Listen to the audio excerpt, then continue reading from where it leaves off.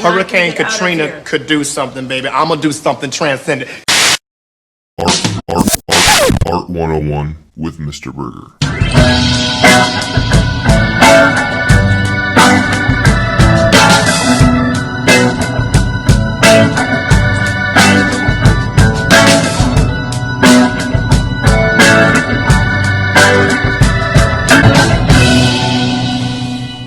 Well, hello, scholars, and welcome back to another episode of Art 101 with me, Mr. Burgher, a professional artist and master educator, attempting to bring you the best in art historical content. If you like this video or others like it, please make sure you like, share, subscribe, pass the word along, interact with the videos. Much appreciation for that. I believe that bear was wearing people's clothes. You know, what do I know? I color for a living, but I know that Renè Magritte is a surrealist that really would influence the whole realm of surrealism, and he's an artist that sometimes goes a little bit unrecognized. So I want to dive in and talk a little bit about one of the founders and masters of surrealism, Renè Magritte. As an artist, Renè Magritte was very much a surrealist. However, he would also influence the areas of minimalism, conceptualism, pop art, and many facets of contemporary artworks. Renè Magritte was well known for his witty and thought-provoking images. At the age of 12, he began taking art lessons, and 2 years later, his mother would commit suicide. Perhaps it goes without saying that this would have a profound impact not only on his artwork but also on his future relationships that we'll get into more in a moment.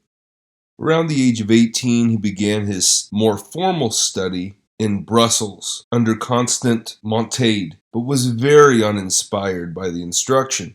He also took a few classes with painter and poster designer Gisbert Combaz at the Royal Academy.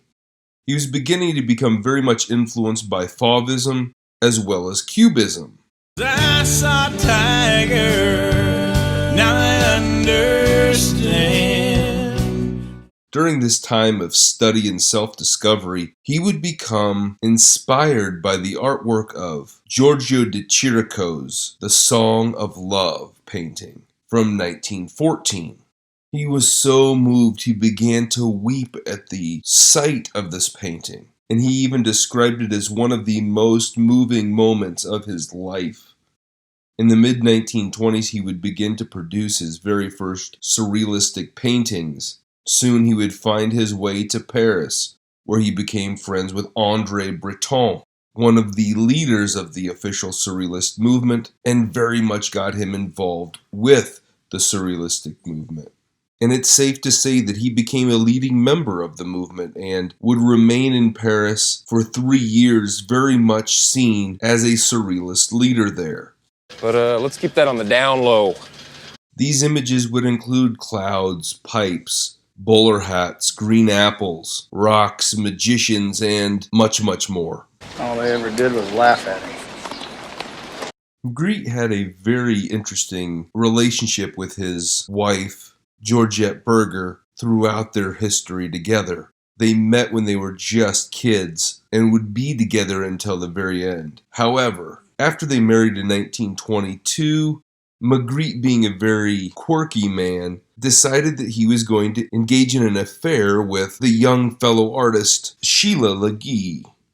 Well, in order to keep his wife occupied, he had to concoct a plan. So he got his friend, Paul Collinet, to distract his wife while he engaged in this affair. Well, as it would turn out, Paul and Georgette also had an affair together because of this whole situation. But fortunately for their relationship, they were able to reconcile and were together until the very end of their lives. I don't know if it's true, it's just what I heard. Sounds true. No, it sounds made up. I don't know. Many contemporary artists have noted that they were very much influenced by the artworks of Renè Magritte, including Andy Warhol, Jasper Johns, Dwayne Michaels, and Louis Ray. His use of simple graphics and everyday imagery was very much pop art, but at the same time, the very bizarre, dreamlike construction was very surrealist. In my personal work, I often view my work through the lens of a pop surrealist, And I think it would be safe to say that Renè Magritte would be the originator of the pop surrealist sort of avenue through art history.